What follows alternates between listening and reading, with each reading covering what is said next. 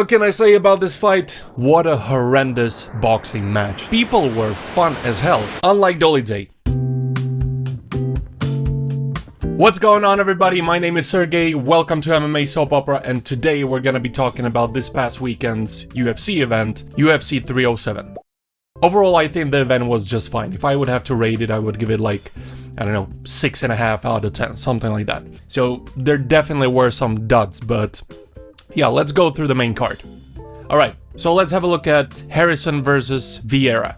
Overall, I think that Harrison's performance was alright, like it wasn't anything super impressive. When she took down Vieira, I think that DC had a really good comment. He said that when Harrison is taking Vieira down, she's not doing like a regular takedown, she's doing trips, which is kind of showing the lack in experience, let's say, of Harrison in MMA overall, you know, like she's still growing. I think she started only a couple of years ago. And then Vieira was just mostly hanging in there. I don't think that there is much to say there, to be honest. And like, obviously Harrison won, and I think that she did a really good job on the call out. She's doing basically what everyone is expecting her to do, so we'll see how that goes, but let's move on. So the next fight was Holland versus Dolidze, but before we jump into that, what did you guys think of the ad for the new Venom movie, the one with O'Malley and Dana White?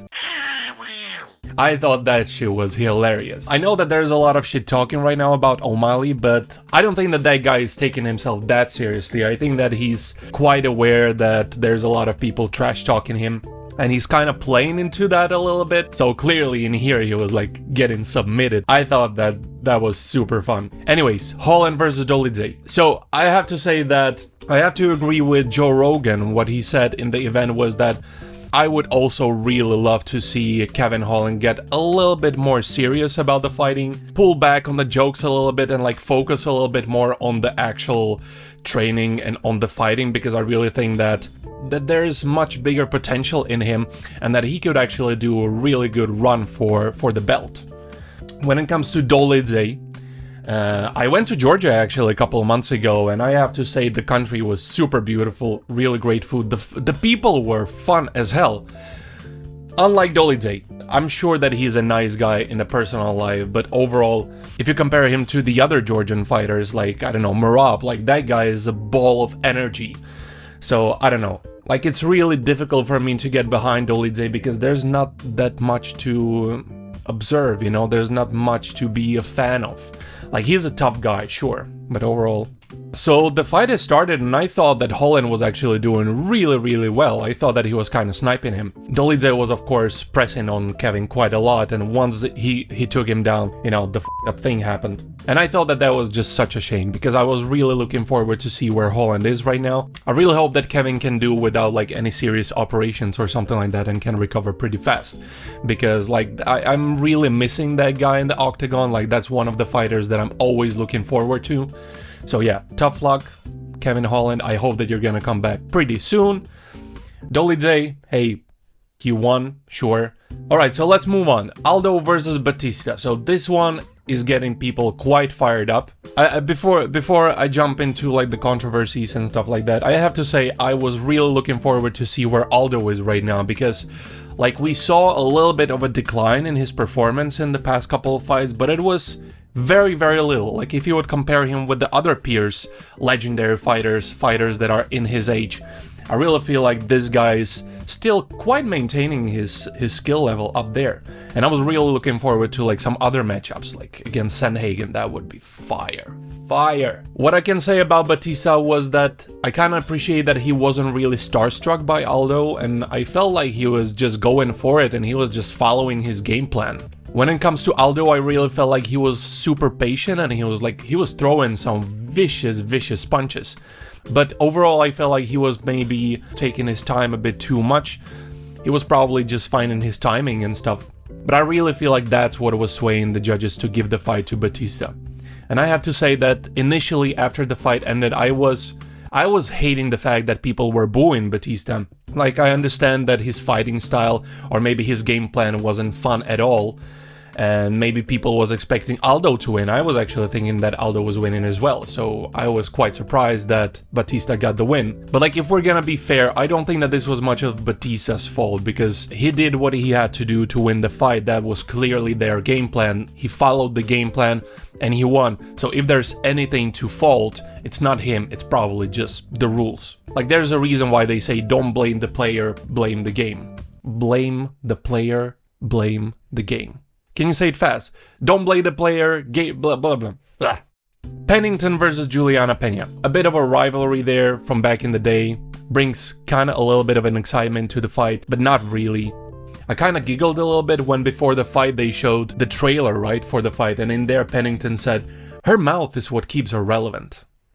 Okay, moving on. What can I say about this fight? Oh my god, like after the first round I was thinking like, what a horrendous boxing match this is. Overall, when the second round started, I thought that the Pennington started to have a little bit more success when she started throwing the kicks. I think it was in between second and third round, the fact that her corner was saying to her that she should continue throwing hands and never once mentioned the kicks. I think that that's what ultimately costed Pennington the whole fight. Overall, I think Pennington looked much better in this fight than in her previous one, and I was actually having her winning, so once again, I was pretty surprised when I heard and knew. And then once Pena was on the mic and just the fact that she called out Amanda, I thought that that was such a weak move. I don't believe that UFC would like to do that fight at all. I don't believe that Amanda would come back into the sport just to fight Pena the third time. Quite obviously, what everyone is hoping for is that Harris is she Harris or Harrison? Harrison. Jesus, I'm sorry. Like, clearly everyone is hoping that Harrison is gonna climb the tree, she's gonna win the belt, and that she's gonna lure the Amanda from her cave. And quite sadly, that's probably the only exciting thing that can happen in the whole division.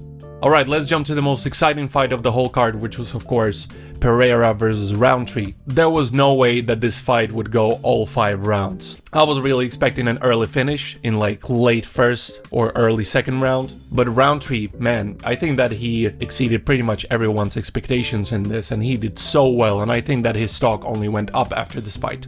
But man, Alex is just such a monster. By the way, what was it all about with the robot dance that the Roundtree did in the cage once he entered the cage before the fight? Must not shoot takedowns. I thought that that was kind of weird. Like, when it comes to the fight, I thought that both were landing such a great shots on one another and both were eating the shots pretty well. The fight was super exciting. I was so tense throughout the whole fight. But like, I think at the end of the third, it was very obvious that Khalil was getting super tired. Like, you could see that his hands were down, he was breathing pretty heavy. And like, it was obvious that the end is coming. I actually thought that Alex looked pretty nervous in the beginning of like, I think it was third round, but like overall he was super patient, and you can tell that he was like in a hunter mode for sure. But yeah, like I said, like once Khalil got really tired and once he started having his hands down, I thought that it was just a matter of time. Like the way the third round ended and the way the fourth round started, it was obvious that Roundtree is about to go down. And at the end of the fight, like in the very last moments, I was actually super impressed by Khalil because like he was taking some punishment, but even though he was taking all that, he was actually throwing hands and he was swinging to try to land something on Alex as well. But yeah, man, the end was inevitable and Pereira basically chopped down Khalil like a tree. Overall, I thought that that was such a great fight. In my opinion, it totally saved the whole card. I really hope that both guys got performance bonuses for that, because they both totally delivered. When it comes to the next steps, obviously Alex is waiting for what is gonna happen in the Ankalaev fight, I think against Rakic. And if Ankalaev wins that fight and then Pereira defeats Ankalaev, I think that that is gonna solidify Alex as basically the legend of this division and probably one of the best champions of light heavyweight division ever. Because what this guy accomplished in the past couple of years, man. I'm also glad that he didn't call out DDP. I think that he should really focus on his division. Oh yeah, and I want to say a couple of words about Izzy. I just think that it's such a crazy world that basically Izzy's words are turning against him, because he's gonna end up being the one sitting somewhere and saying, "See that guy? I beat him once." Once! Anyways guys, this is it for my UFC 307 little breakdown. Let me know in the comment section below, what did you think about my takes? Maybe you disagreed with something, let me know, I'm really curious to know what you think. And yeah, the next video is coming super soon. My goal is to release at least 2 videos per week, so I really hope that I can do that. You guys gotta bear with me, I'm really trying to get better at this, especially talking to camera, man, like talking to camera is awkward as. But anyways guys, once again, thanks for watching. This was Sergey from MMA Soap Opera, because that's what it is.